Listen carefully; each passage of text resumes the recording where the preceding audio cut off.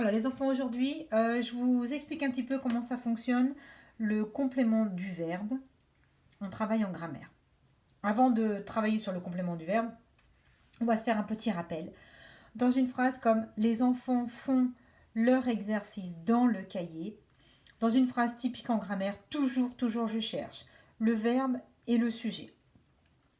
Font, c'est mon verbe. Qui font leur exercice dans le cahier? Eh bien, ce sont les enfants. Les enfants, c'est mon sujet. Une fois que j'ai trouvé le sujet et le verbe, tout ce qui reste, ce sont des compléments. Maintenant, je dois me demander combien de compléments j'ai dans ma phrase. Est-ce que j'en ai un, leur exercice dans le cahier, ou est-ce que j'en ai deux? Dans cette situation, j'en ai deux. Les enfants font leur exercice dans le cahier. Ce sont deux compléments différents. Ils ne sont pas attachés, ils peuvent être séparés l'un de l'autre.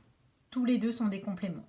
Maintenant, on cherche à savoir si ce sont des compléments de phrases ou si ce sont des compléments de verbes.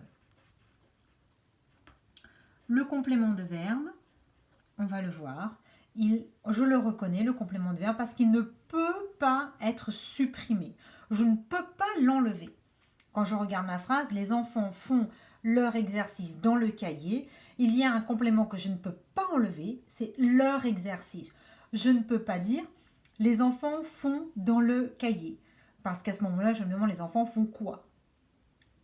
Et l'autre règle du complément des verbes, c'est qu'il ne peut pas être déplacé. Sinon, c'est bizarre.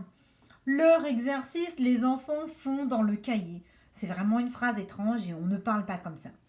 Donc, je ne peux pas le supprimer. Je ne peux pas le déplacer. C'est un complément de verbe.